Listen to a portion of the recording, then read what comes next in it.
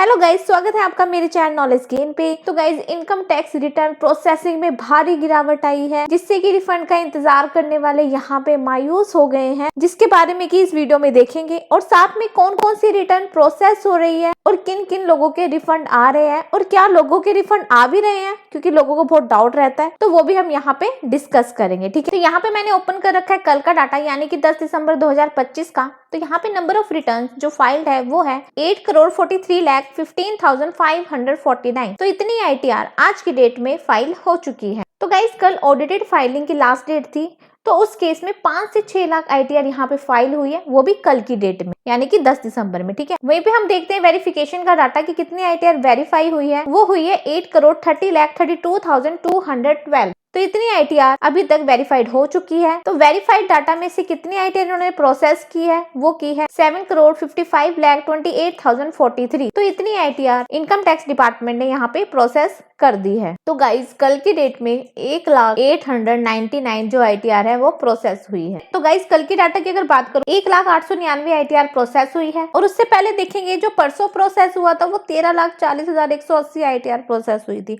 उससे पहले 10 लाख, उससे पहले 7 लाख, यानी कि दिसंबर में जो डाटा था काफी अच्छा था। लेकिन आज जाके ये जो डाटा है वो नीचे गिर गया है। दिसंबर मंथ के अंदर पहली बार कल कम ITR प्रोसेस हुई है। और क्यों कम ITR प्रोसेस हुई है, तो यहाँ पे आप ग्राफ देखोगे कि 1 तारीख के बाद ये जो ग्राफ है वो ऊपर होता हुआ नजर आ रहा था, जो कि आज की डेट में ये नीचे आ गया है। ठीक है, तो गाइस, कल कम ITR प्रोसेस होने का एक मेन रीजन ये भी हो सकता है कि कल ऑडिटेड फाइलिंग का जो लास्ट डेट थी, तो डिपार्टमेंट फाइलिंग पर ज्यादा काम कर रहा है, तो इसी वजह से जो ITR है कम उन्होंने प्रोसेस की है। या फिर हो सकता है कि डिपार्टमेंट ने काफी ITR प्रोसेस कर दी, अब वापस से ITR की जो प्रोसेसिंग है वो स्लो कर दे। ठीक है, हालांकि जो अभी देखा जा रहा है कि जो अभी ITR प्रोसेस हुई है उसमें जून और जुलाई की काफी ITR प्रोसेस हुई है, और साथ में नील वाली ITR भी यहाँ पे काफी प्रोसेस हुई है। काफी लोगों की जून और जुलाई में रिफंड आए हैं। अब देख लेते हैं ऐसी ITR जो कि E-वेरीफाई भी होगी और प्रोसेस भी होगी, तो वो है 87 लाख। तो कल की डेट में ये 71 लाख था, जो कि अब 87 लाख हो गया है। वहीं पे हम बात कर लेते हैं कि कितने ITR अभी ई प्रोसेस होना बाकी है, वो है अभी 75 लाख। और अगर परसेंटेज वाइज की बात करें तो ये 90.96% यहाँ पे आ गया है, जो कि कल की डेट में 90% हो गया था, अब वो फिर से यहाँ पे बढ़ गया है। तो इसके बाद अब देख लेते हैं कि आखिरकार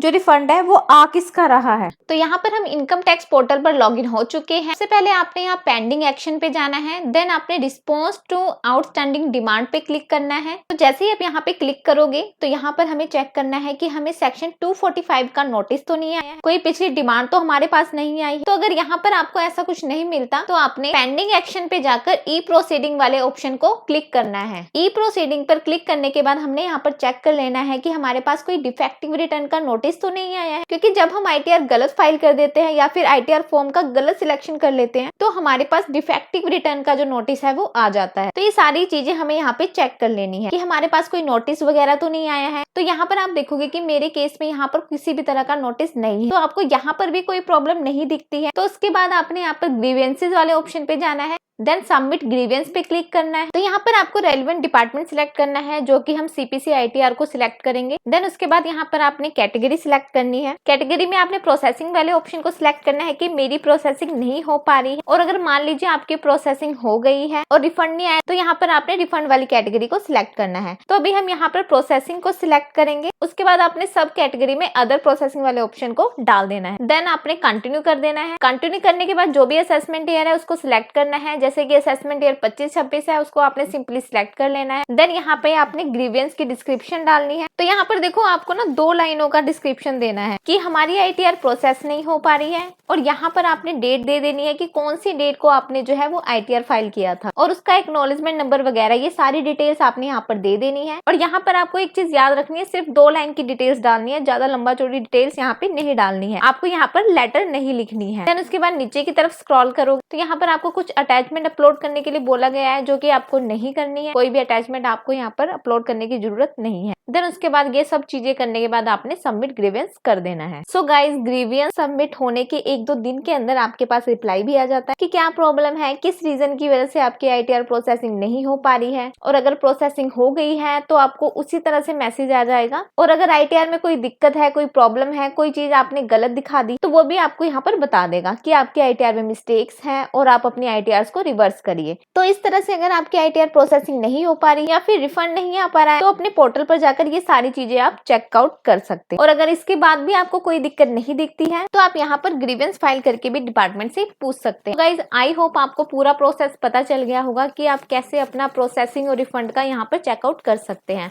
तो आशा करती हूँ कि आपको वीडियो अच्छा लगा होगा। तो वीडियो को ज्यादा से ज्यादा शेयर करें, क्योंकि बहुत सारे लोगों को ऐसी दिक्कतों का सामना करना पड़ रहा है। और जिन्होंने चैनल को सब्सक्राइब नहीं किया है, चैनल को सब्सक्राइब भी कर लीजिए। तो मिलते हैं इसी तरह किसी नॉलेजेबल वीडियो के साथ। अभी के लिए इतना ही। Thank you guys, thank you so much.